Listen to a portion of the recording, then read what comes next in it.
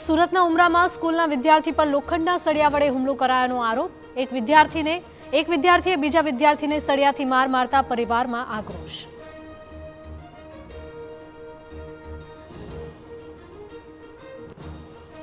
સુરેન્દ્રનગરથી સમાચાર થાનગઢની ચકચારી આશીર્વાદ hospital seal કરાઈ। આશીર્વાદ હોસ્પિટલમાં ભ્રૂણ હત્યા થતી હોવાના આક્ષેપ સાથે થઈ હતી પોલીસ ફરિયાદ।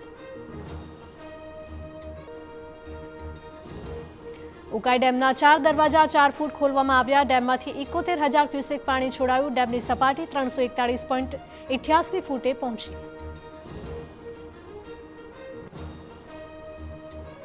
ઉત્તરાખંડમાં ભારે વરસાદ અને વાદળ ફાટતા અત્યાર સુધીમાં 13 લોકોના મોત થયા તો હજુ પણ 16 લોકો લાપતા। મસૂરી માર્ગ થયો બંધ।